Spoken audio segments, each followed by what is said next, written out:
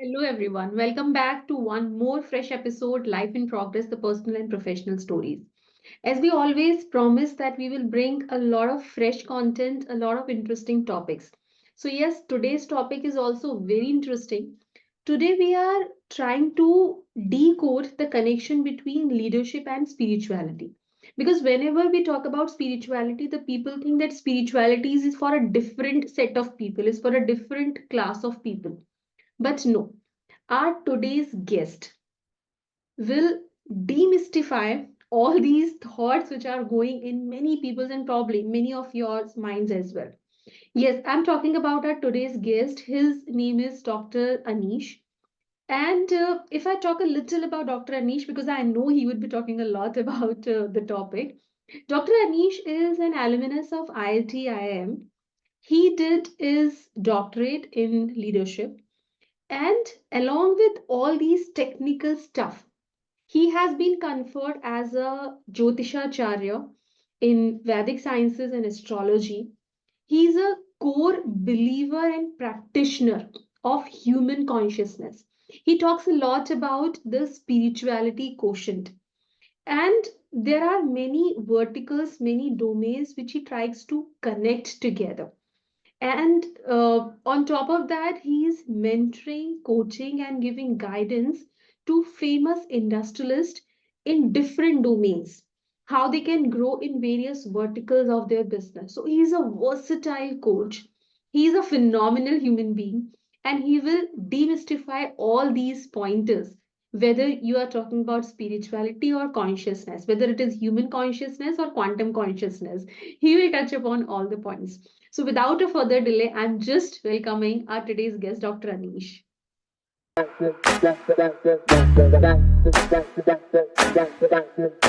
Okay, so again, hello everyone, and I welcome Dr. Anish to our show. As I was telling you before, Dr. Anish was joining us, that he would be demystifying so many myths today. And sir, first of all, welcome to you to the show. And I know I have a lot of questions to ask you, but my first and basic question starts. Uh, can you just share your journey into the space of, I'm asking two domains, the leadership and spirituality.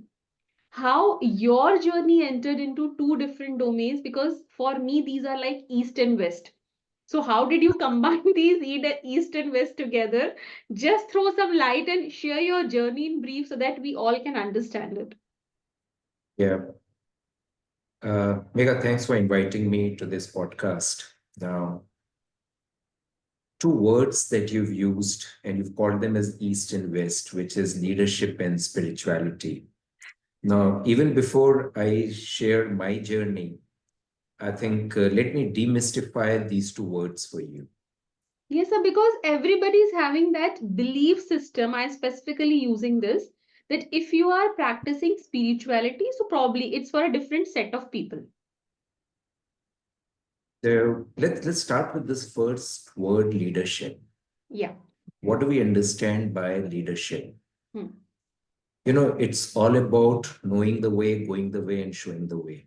Yes. That's one of the very cute way of defining leadership that I've come across. Yes. Now, what are the attributes that normally requires for leadership? We talk about integrity, we talk about insightfulness, we talk about incisiveness. Now, all this is we are still doing at the what level, but how do you go about doing this? Hmm. That how is answered through spirituality. Okay. So spirituality is actually the fire for transforming someone into a leader. Mm-hmm. So take it spirituality as the essence. Okay. Now, if leadership is the vehicle, the spirituality is the fuel Okay. that runs a true leadership Hmm. in any organization, that drives leadership in your organization. So it's not that these two are east and west. Mm-hmm. These actually go hand in hand. Okay. Any true leader, he is base of running an organization or running a business or even at a personal, professional, social, family, whichever life that he's attributing or displaying the leadership traits, the core, the base is spirituality. Mm-hmm. Okay, and let's not make spirituality with religion. Yes.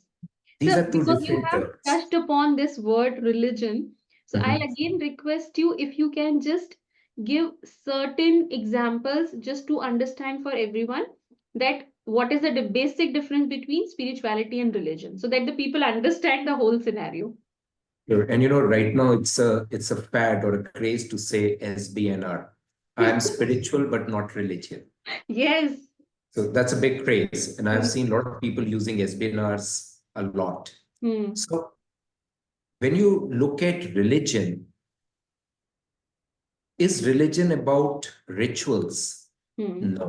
Is it about revelations? No. It's about restrictions? No. Is it about ethics and morality? No, that's not what religion is. That's a cult. Okay. Okay. Is religion about Krishna, cross, crescent? No, that's Hmm. not religion. Is it about God or a particular personal God? No, that's not religion. Then what about Buddhism and Jainism, who doesn't believe in God, especially Buddhism? Hmm. Jainism still do, but not Buddhism.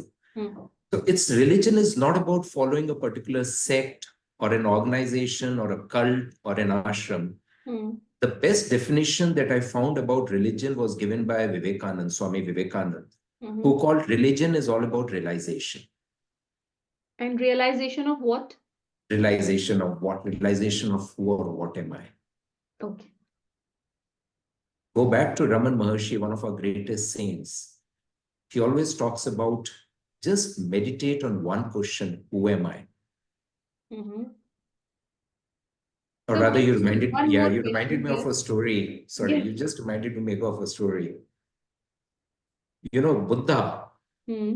Gautam, when he got enlightened under a Bodhi tree at Bodh Gaya, and he was walking from Bodh Gaya to Sarnath. Sarnath is the place where he gave his first sermon. Hmm.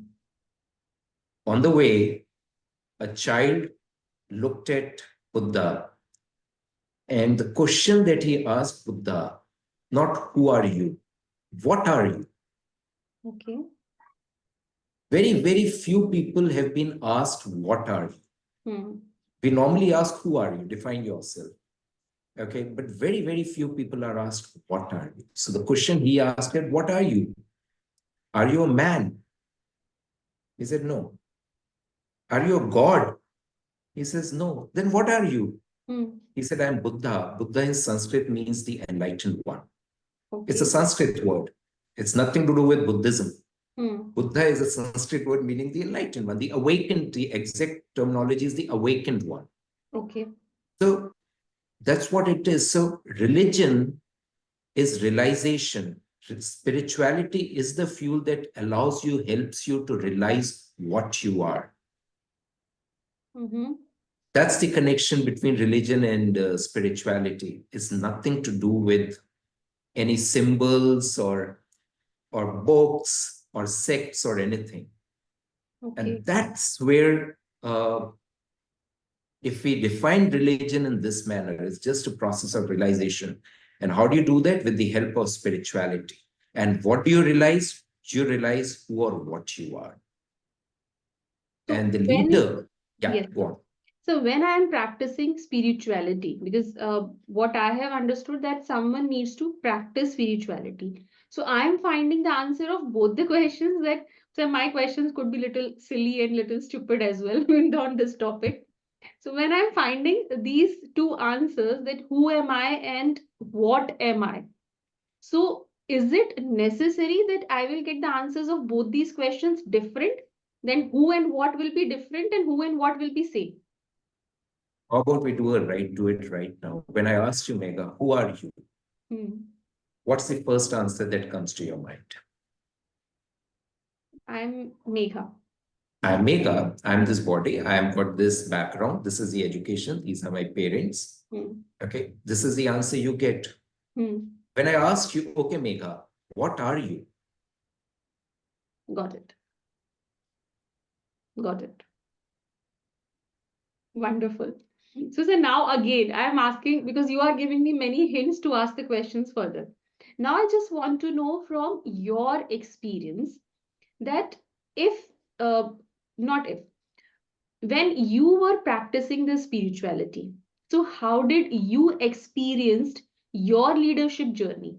How did this fuel of spirituality give a kickstart or a fire start or a booster to your journey of leadership? That's we all are so much interested to know. Yeah. And Megha, let's not forget I have not answered the first question about my past experience. So that's still on the table. I could see we have moved ahead, but I don't want to miss on that question also. So Yes, let me sir. combine these two together. Sure. Uh, what's India's biggest contribution to the world? What's Hmm. your take on that? I'm sorry for answering that question with a question, asking you a question, but still, what's your belief, the biggest contribution of India to the world? The knowledge, the ancient wisdom, and the complete set of understanding about the human inside and outside, both the human as an individual and its interaction with itself and with the outside world as well. In a very simple terms, Sanskriti and Sanskar, Hmm. correct? True. And not just blind Sanskriti or blind Sanskar, fueled by science, Yes. fueled by spirituality. Hmm. Even the language that you look at, Sanskrit, okay, very scientific language, very beautiful language. Yes. When you listen to that, so science, spirituality, Sanskrit, all culminating into Sanskar and Sanskriti Hmm. is what our contribution to the world is. Okay. And as Indians, we are very lucky because right from our childhood, जो हमें संस्कार मिलते हैं अपने Hmm. elders से, okay, and that plays a huge role. So that also played a huge role in my life, right from my childhood, being exposed to the scriptures, being exposed to the Sanskriti, being exposed to science, being exposed to Sanskrit, being exposed to spirituality. That began at the childhood. And what happens is you start asking these, when you're in your teens, you Hmm. start asking these questions, the profound questions. What is this life all about? We Yeah. all ask these questions, especially I remember during the college days, we play Pink Floyd. We'll Hmm. play the music there and we'll start contemplating, okay, Yes. what is the purpose of life? What is the purpose of journey? Is there a God? Okay, these big, profound questions. But unfortunately, once we enter into the corporate life, into the what we start forgetting asking these questions. They Hmm. go on to the back burner or somewhere back of the mind. Those questions are no more in the front. Okay. Then some event happened. Okay, that event again triggered this question. They trigger these questions. Okay, what am I doing? Is this what life is all about? And all the journey. I mean, those questions comes into the forefront. Either they get triggered for a reason Hmm. through an event that may personally happen to us, or we may have witnessed an event in someone else's life. Yes. And one of the biggest thing is कि, and I mean, pardon my saying this, but किसी की death के उस पे जाते हैं, चौथे में जाते हैं, कहीं जाते हैं, किसी शमशान घाट जाते हैं, then these questions become even more in the forefront. कि बिल्कुल यही सही. जिंदगी का मतलब रह गया है, यही होना है, Hmm. यही एंड है, तो हम कर क्या Hmm. रहे हैं? And कर all क्या these रहे हैं? questions, Hmm. thoughts, they keeps on coming in. Okay, that's mortuary spirituality. Anyway, so these things keeps on coming. But then many times when these questions comes into the forefront, either due to an event or on their own, they come on to it. And when you latch on to these questions, when you actually realize that these are the real questions to Hmm. be answered, finding answer to these questions takes you into the depth of introspections, depth of reading scriptures, looking at what different people are doing, and where do you find the biggest leaders? You find those in our scriptures. Like Krishna, I would consider is one of the biggest leader that you could come across. The leadership traits that you Hmm. could pick up from one person like Krishna is fantastic, phenomenal. True. So learning those traits, it happens when you start delving into these, finding answers to these questions.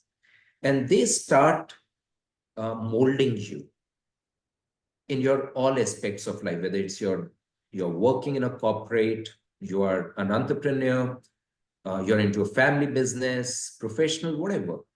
So they continue. That's what happened with me also. Okay.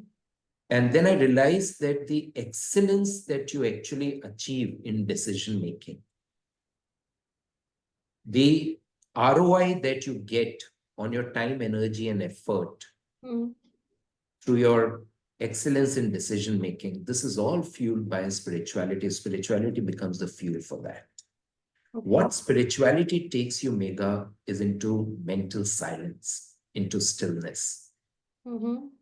And once there is no mental chattering, imagine the clarity that you have in your decision making, in your approach to any situation, any conflict, Mm. team management, all the aspects that you could think of. That's Yes, how my journey has been. I'm having one intriguing question here. You are telling about the person has to silence the mind, stop the mental chatter, and to my knowledge, the people starts meditating. They start meditation. But there are many people with whom I come across. They say I'm not able to meditate. It is very difficult for me to sit even without speaking for 5 minutes. It's a big task. It's a big challenge for me. So for those set of people, I'm asking this particular question that we know that spirituality is good. That's a fuel for my vehicle, my life. What is the first level? Like if I have to give my child education, so I'll first put my child to kindergarten so that my child should start at least sitting and learning how to sit with other kids. So ऐसे ही spirituality का पहला school क्या है? Spirituality का पहला कदम क्या है? Let me answer this in this way. Hmm. Think about it. You are standing next to a lake, Lake. Okay. a lake, Hmm. a water body. ठीक है. You want to see the bottom of the water body. Okay. What is required to see the bottom? The bed, let's say. What is required? Two things. Pani saaf hona chahiye, water should be clean, and water should be still. Okay. Correct? These two things are required. Hmm. Imagine the water is clean, but it's not still. Can you see the bottom? No. You can't. If the water is absolutely silent, still, but it's not clean, can you see the bottom of the lake? No. No, you can't. That means two things are required. Number one, the water needs to be cleaned. Number two, it needs to be calmed. Cleaning and calming. Hmm. Two things. The first step is what the process talks about is start with cleaning the water. Okay. How do you clean the water? Hmm. What is the problem? The water is not clean. I need to remove the dirt impurities. Hmm. What are my dirt and impurities inside me? Kam, Krodh, Lobh, Moh, Mad, Matsar. The six impurities. Okay. What's the best way to do it? Karma yoga, which means any action that I'm doing it, instead of I and mine, I just do one thing. What's in it for the other person? What can help him? Very simple, very straight, practical practice. Any action that I'm taking, I'll give you the key here. Keep one word in mind, status. In my transaction, am I reducing the status of the other person? How do I enhance the other person's status? Even if a beggar is coming, I'm sitting in the car at a traffic signal, and a beggar approaches me. At least roll down the window and say, I'm sorry, I'm not in a position to give you anything, acknowledge. Let's say an Amazon delivery guy comes to your place to deliver a package. Okay, it's cold. Hey, you know what? It's cold. Can I offer you a cup of tea? What are you doing to the person's status? You're enhancing it. You're sitting in a restaurant. You're placing an order to the person who's come to your table. At least look into his eyes and give an order. All you need to do is see the way you can enhance the other person's status, or at least hold on to the other person's status. That's karma. That's cleaning the water. Okay. Once the water has been cleansed, you would find the calming becomes easy. Calming comes in through meditation. Okay, that's the path of meditation. But meditation does not happen. The reason it does not happen is because the cleaning has not been done. Got it. Once do the cleaning, then you would see the power of meditation. But that's not the end. Once the beginning, sir? Correct. That's the first step, was the cleaning of the water. Okay. The second step is now you're calming the water. Many times you would realize that, okay, you know what, I'm meditating, but it's what meditation does is it increases your focus. It increases your concentration. But yeah, you may be focused, you may be concentrated, but the anchoring is not there. Okay, now I'm clean. I'm able to focus. Okay, concentration बढ़ गया, but anchoring नहीं है, holding नहीं है. So can you again decode this word anchoring for many people? Sure. So let's say you're sitting for a meditation. Yes. Think about anything that you can hold on your thoughts to start with. Any भगवान, object? कुछ भी हो, जिसको करना हो, आप मूर्ति पे करना चाहते हो, नाम पे करना चाहते हो, मूर्ति पे करना चाहते हो, किस पे करना चाहते हो, किसी शब्द पे करना चाहते हो, irrelevant. कोई loved ones भी हो सकते हैं. Sorry? Any loved ones, anyone. Anyone, anything. Because you need to have an anchorage to start with. Okay. Okay. It's like when you're building when you're constructing a building, you know, हम scaffolding लगाते हैं साथ side में ताकि building ना it can gain strength. Yes. Okay. So anchoring, all this is gaining, allowing the building to gain strength. Okay. But then this needs, and finally think about it, Megha, when the building is constructed, the building is ready, it has gained strength, you don't remove the scaffolding. How would the building look like? Very bad. Very bad, unfinished, ugly.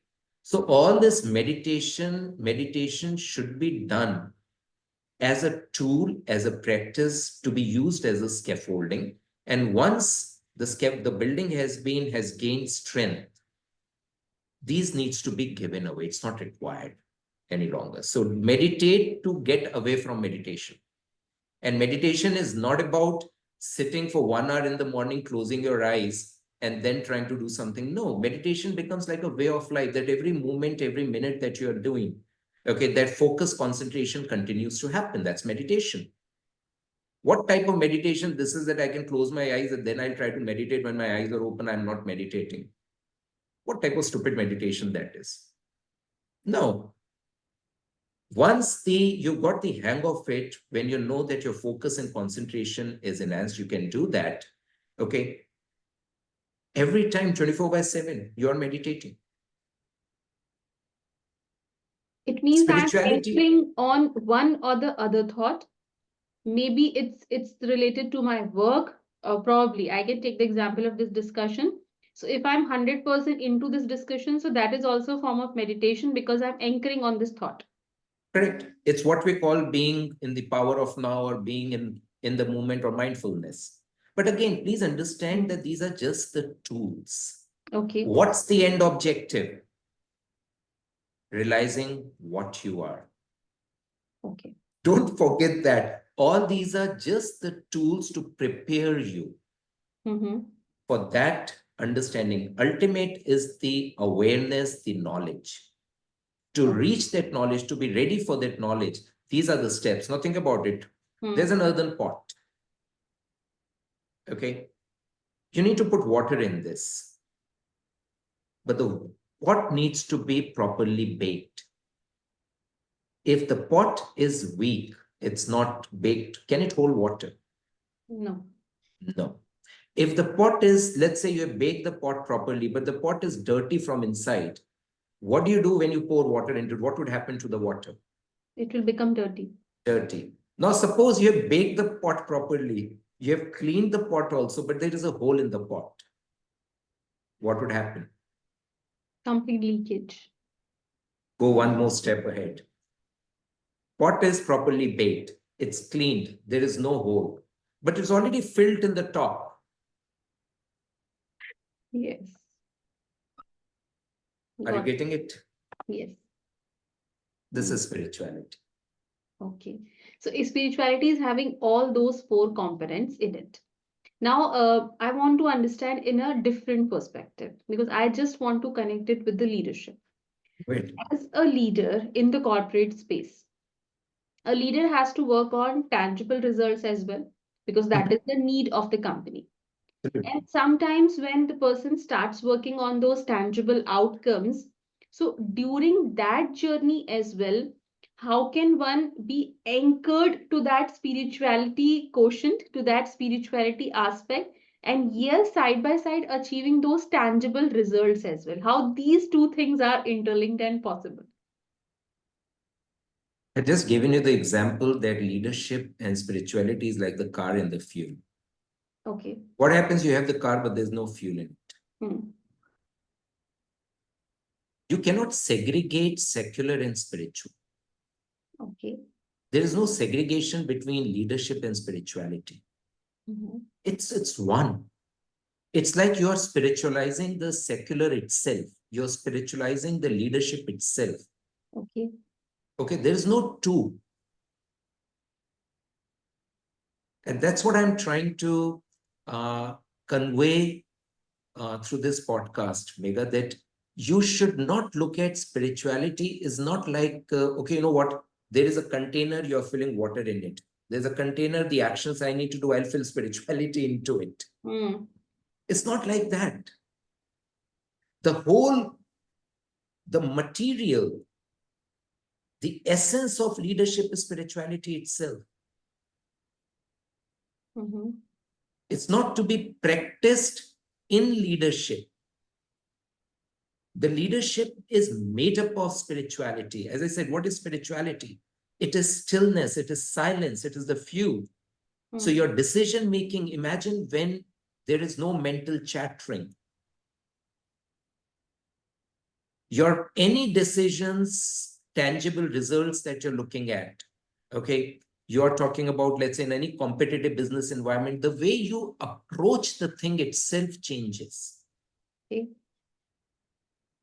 You don't need to, spirituality again is not like in a room you're lighting an incense, like the incense aroma or the incense just fills in the room. That's not spirituality. it's not an it's not a fragrance. It's not a thing that you do. Hmm. It's the essence itself. Okay. It means, should If I I, understand in this way that it's a part of the human behavior? okay, when you talk about a part, I'm just nudging you, pushing you a bit more, Megha, here. Hmm. So when you talk about a part and a whole, you're again making it a piece. Okay. Let's say this hand is a part of the body. Hmm. It's not that. It's the whole essence of the body on which the body is actually running. Okay. The essence, call it the soul, agar aap usme believe karte ho, call Hmm. it the essence. It's not like a part and a whole. It's not like a hand or a body. Hmm. It's not a thing. It's like saying कि अच्छा sun and heat alag alag hai. Is a heat different from the sun or the heat is different from the fire? It's the essence of fire. It's the beingness of fire. What is the beingness of fire? Heat. This is the beingness of any leader. This is the essence of leadership. Got it. If that essence is missing, it cannot be a leader. Hmm. But Not possible. got it. I got this point. But again, one more pointer is coming here. Mhm. What I have understood till now, and probably everybody, that that is the innate thing which is present inside every human being. And whatever, whether I'm talking about at a personal front or a professional front, or I'm seeing life as a whole, That is one thing which is just encapsulated the entire human being, and I cannot be isolated from the spirituality quotient or spirituality space. I am there because I am living in a spiritual space. But again, one more, I'm just deviating a little Go bit. on, go on. One more deviation is coming here. A person is living in the space of spirituality, but again, there are many distractions, I should say, diversions, I should say, channels, I should say, which are telling me that if you are spiritual, you cannot be materialistic, or if you are materialistic, you cannot be spiritual, and vice versa. And the moment this term comes, materialism and materialistic, the person start taking a step back in nahi, nahi. Chalo, spirituality, just keep it aside for some time and let's talk about the materialism and materialistic things. So how can we understand these, or how can we weave in these two things? I get from where you're coming, Megha. We normally consider spirituality as giving up. Yes.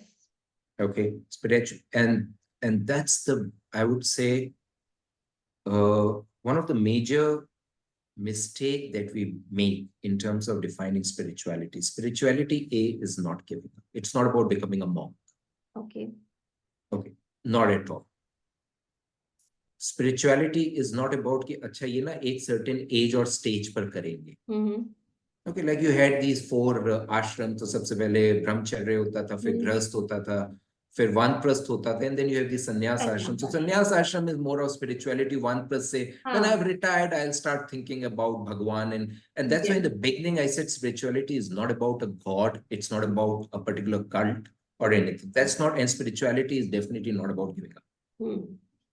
Spirituality is spiritualizing your secular experiences, your secular world. It's not secular or spiritual, though different, two different words. Okay, it's realizing, very simple realization, that you're not a human being in search for divinity. You are divine having a human experience. Every action that you are taking, okay, it's the approach to the action that's spirituality. When the approach is not about I and mine, when the approach is not about holding but about sharing, when the approach is coming from compassion, compassion not out of charity, but compassion out of oneness, that's spirituality. It has nothing to do with giving up of, be a billionaire, zillionaire, why not? Okay. Any words, any, let's say, whatever the, okay, the way I would say spirituality is andar Rama, bahar drama. Karo jitna drama bahar karna hai. But andar, have that peace, have that calmness. Think about the reverse. Bahar to Rama, andar drama. That's a problem. That's spirituality. The inner cold calmness, because calmness not coming in from suppression. Calmness coming in through from awareness of what you are. It's like, suppose you're watching a movie, let's say Jurassic Park, and you don't know that it's a movie and you have all these dinosaurs coming in. Okay, can you enjoy that? You'll be scared all the time because you don't know it's a movie. You're thinking that the dinosaurs are real. You cannot enjoy it. What do? You close your eyes or you shut down. That's like a typical, what a very crude way the meditation would happen. Close your eyes, shut down. But think about it. Suppose you realize it's a movie. You don't need to close your eyes. You can then enjoy, oh man, this is just a movie. The enjoyment in the word goes multifold. You can enjoy the word. Because now that enjoyment is not coming out of ignorance. It is coming out of awareness, realization. Yes, enjoy the word. You have to give up anything. And it is not for the कि अच्छा जब हम retire हो जाएंगे होंगे. Now I'll give you a simple example. Bhagavad Gita. We've all heard about Bhagavad Gita, right? Who's teaching? Krishna. He's a grahasti. Mm. He's a king. He's a family man. Mm. To whom he's teaching? Arjun, who's a warrior, who's a king, who has a family, who has a wife, who has kids. Is Krishna telling Arjun, no, no, you give up everything and just sannyas le lo? On the contrary, Arjun wanted to run away and said, Bhai, main to ja raha sab kuch chhod chhad ke. Mm. And Krishna is telling me, no, that's ignorance. That's not what spirituality is. Spirituality is live in the word, do the best in the word, but with a very clear understanding of who you are, what you are. With a clarity, with a clean mind. What is the cleanliness? It is not I and mind beholden. Yeah, things comes my way, perfect. Thing doesn't come my way, perfect. Mm. Story yaad aa gayi. Is it okay to share a story? Yes, definitely. Okay. So, there was this Sikh Raja tha, and so one of the saint was passing through the kingdom. Okay. So the king thought, I'll go and meet the saint. So he goes and meet the saint. And saint says, okay, how's it going for you, king? He says, you know what, Maharaj, things are very bad. I'm not keeping well. My son, who's supposed to be my successor, he is busy with girls and wines. He's not looking at the kingdom. Okay. My neighboring king is about to attack on me. I feel that attack on me. So my general, Mm.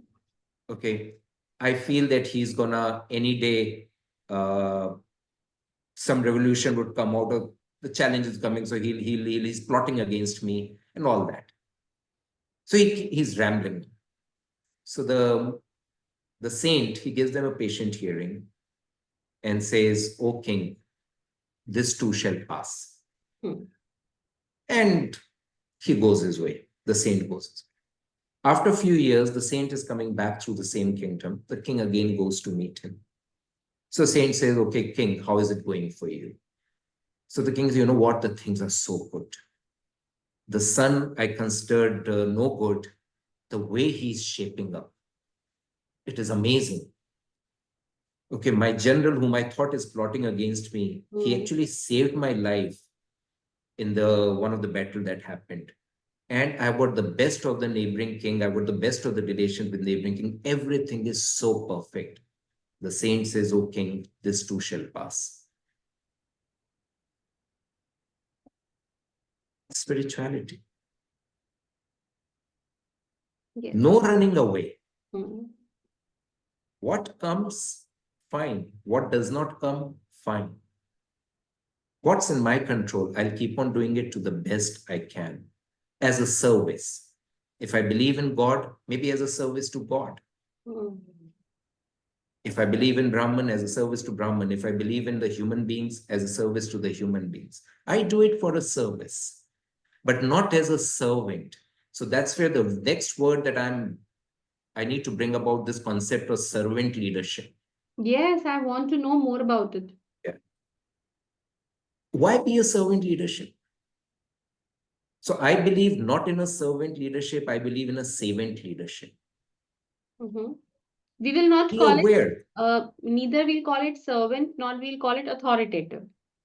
Yeah. See, servant leadership, when you say, oh, I'm a servant, Hmm. why demean yourself as a servant? Why? I'm a servant leader. I'm a leader who's aware. Okay. I operate from the state of awareness. So the service I'm providing is from the state of awareness, not from a state of charity, not from the state of giving, but from the state of sharing. Mm-hmm. Big difference. So the moment you use the word sharing, so it means there is one more thought inside the person that when I am giving something to the other person, I am also getting something out of that. You know, this word charity. Mm. What happens in charity? You give. When you give, there is someone who's taking. Yes. When someone is taking, what happens to his status? Mm. He It feels goes just down. as a receiver of something. Goes down. Mm. What's the key?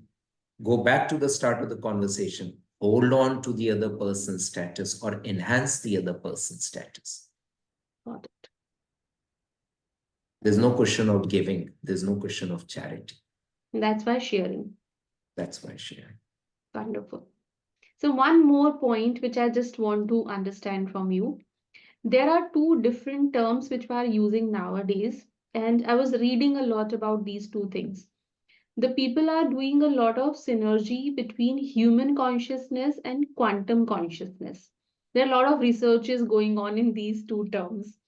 So, the first thing, can you just define these two things? What is human consciousness and what is quantum consciousness? And the people are doing a lot of researches where they are trying to bring into the Bhagavad Gita, and they are trying to correlate the Bhagavad Gita with the quantum physics as well. Whatever is written, these are the probably the laws of quantum physics which we had derived from Bhagavad Gita. So, is it some kind of connection between them? Because that's a huge discussion topic. Yes, sir. That's Just a, a little light on this topic. and that's my favorite topic. So if you get me started on this, we're gonna be here for hours and hours. That's my favorite area to talk It means I'll have to do one more episode on human about. consciousness. Yeah.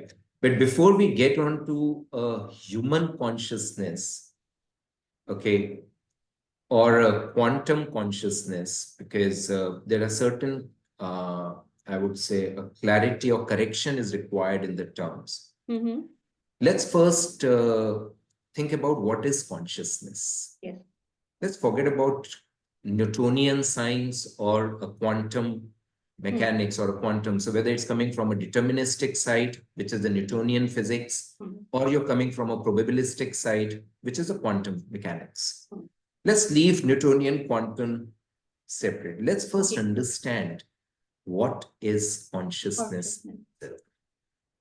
Okay. And that's where, if you look at the Western thought process, forget about defining consciousness. There is a huge confusion between the terminology mind and consciousness, which they use it interchangeably with a lot of confusion. Okay, where they consider mind as consciousness. Yes. So which means your thoughts, emotions, feelings, all these are content of consciousness. Whereas in Eastern thinking, these are the content of mind. Mind is not consciousness. Mind is just one of the inner instrument, antahakaran. Like you have the external outer instruments, the bahya Similarly, you have antahakaran. Mind, brain, intellect, ego, all these are inner instruments. Okay. Okay, very different than consciousness. Mano buddhi ahankara chitta ninaham, like Shankaracharya said, Shivananda Rupa Shivoham Shivoham, Chidananda Rupa Shivoham Shivoham. So we are neither the mind, we are neither the intellect, we are neither the ego, we are neither the memory. Okay. Mano buddhi ahankara chitta ninaham. So who am I? Chidananda Rupa Shivoham Shivoham. I am the consciousness who is ever witness. Sakshi Chaitanya. So if you look at the Western science, Western thoughts, they are still fighting, debating, deliberating between mind and consciousness. Sometimes brain would come in as as one of the organs. Okay. And then there are two major thoughts in consciousness. One is what we call the materialistic approach or reductionist approach, which is that the consciousness is an emergent property. Like you have a thought, you have a feeling, okay, which is an emergent, which is an epiphenomenon. Okay. Similarly, you have consciousness as an emergent entity. Through some neuron firing, some electrochemical reactions between the synaptics to neurons, somehow, how nobody knows, somehow conscious emerges. That's on one end of the spectrum. And then you have multiple theories coming in on that, the typical example of, you'd come in that there's something called a hard AI and a weak AI. Yes. Okay. And those concepts are coming, whether it's like a machine is like a software inside a machine or whatnot. And there are multiple theories on that. Okay. You'd have you'll have I mean, I can go on and on there. So you have the global workspace theory coming in. Okay. You'd have the high order thinking. You have the IIT theory coming in, integrated information theory coming in. Okay. You'd have the neural mapping theory. Okay. That would be there are multiple theories Mm.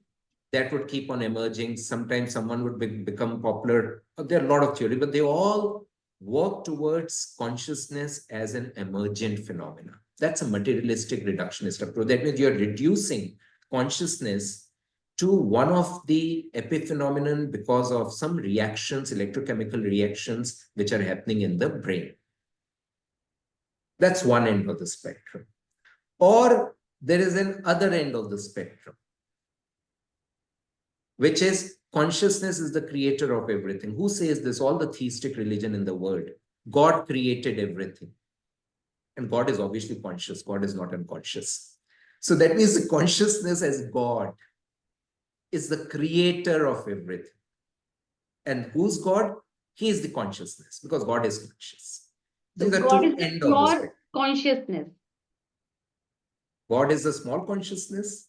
God is the pure consciousness. Is a pure consciousness. Call it whatever consciousness, pure, supreme consciousness. No, the words are there that Alpatma, Atma, Paramatma. So Okay. God is like a Paramatma. So which is the other end of the spectrum, which is all the theistic religion in the world would talk about. Because God is the creator, God is the preserver, God is the destroyer. These are two ends of the spectrum.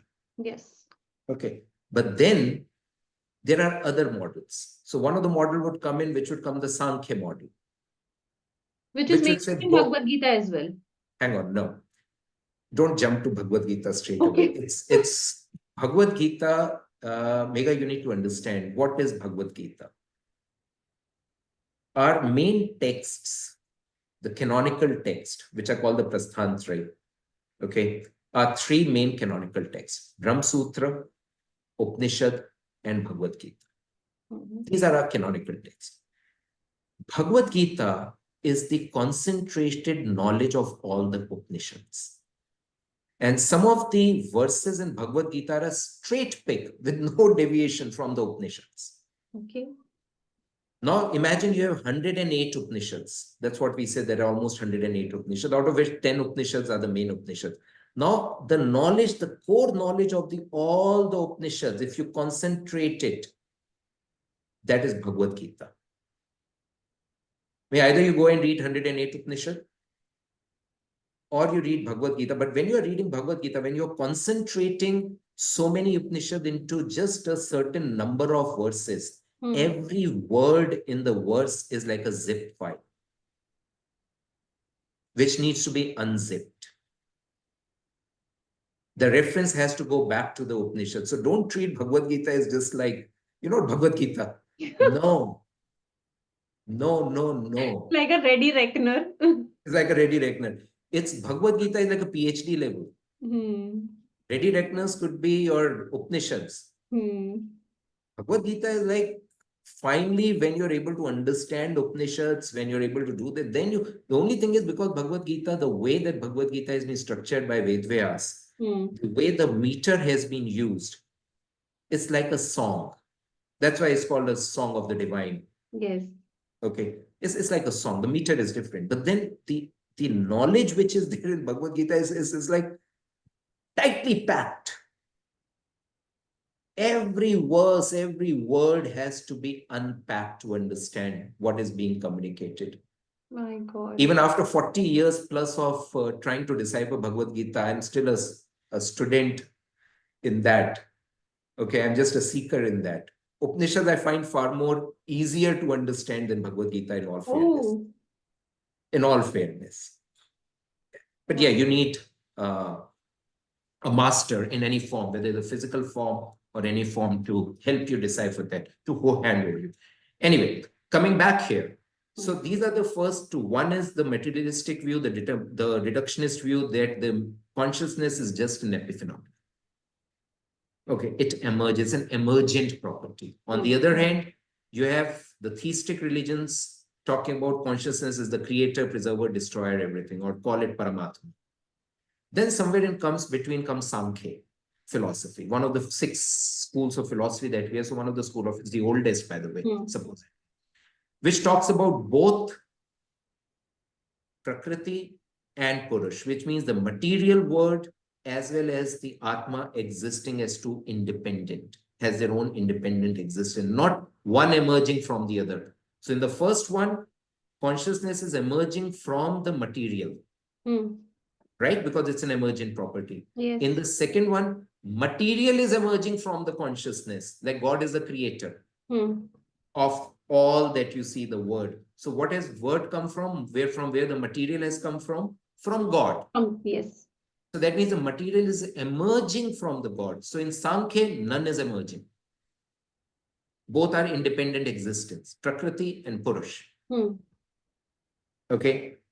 And then you would have a Buddhist philosophy, okay, which is of a Shunyavad, okay, which would take it to a different level. But finally, you would have a philosophy, and I'm not going to get into the details, as it will become too long a conversation.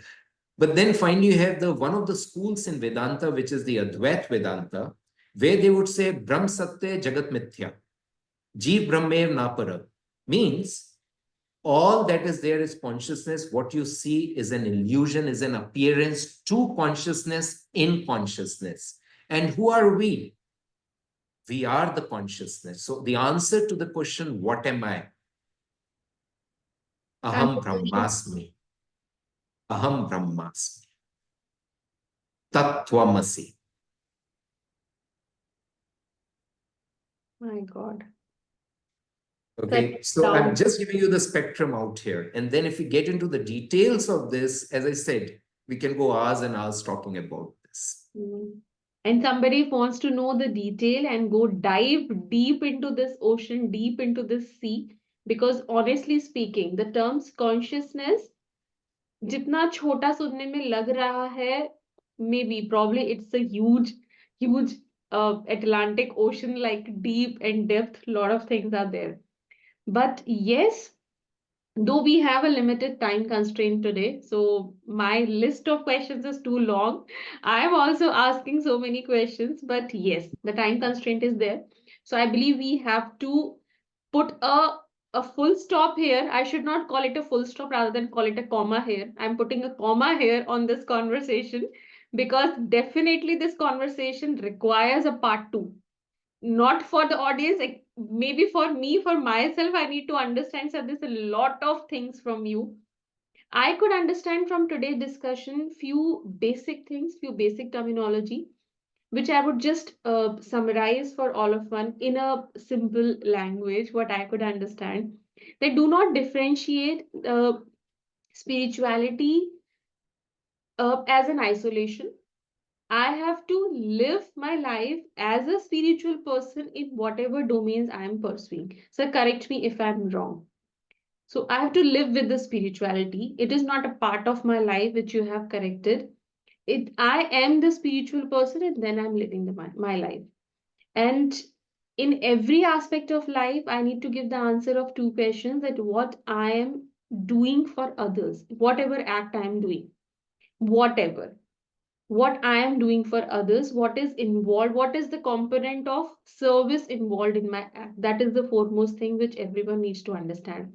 And the third very important point which you have decoded, that is the concept of consciousness, that the human being is consciousness. So that is a lot of enlightenment, I should say, you have given to all of us. Then forget about everything. What we are struggling, I don't know. The things are just in front of us, and maybe we are so agitated and we are so dirty and polluted and not still. That is the reason we are not able to see the real picture, which is exactly in front of us. But a lot of illusions are there. Probably that's we are not able to go. So, sir, that is my takeaway from this discussion. If I missed any point, which you could just say as a final words to all the listeners. Just remember, Megha, what I said. Mhm. We are not human beings searching for spirituality. We are Yes. spiritual beings having a human experience. Mhm. You don't need to search for spirituality as an object, Yeah. as a state, or anything. We are spiritual. It's a realization of what we are. Mm. Spirituality is divinity, and we are divine. This realization itself is enough. You don't need to go into any practice, or you need to remember, okay, I need to do things for others. You don't even need to use the word I need to. There is Mm. no need, because the oneness comes in on its own.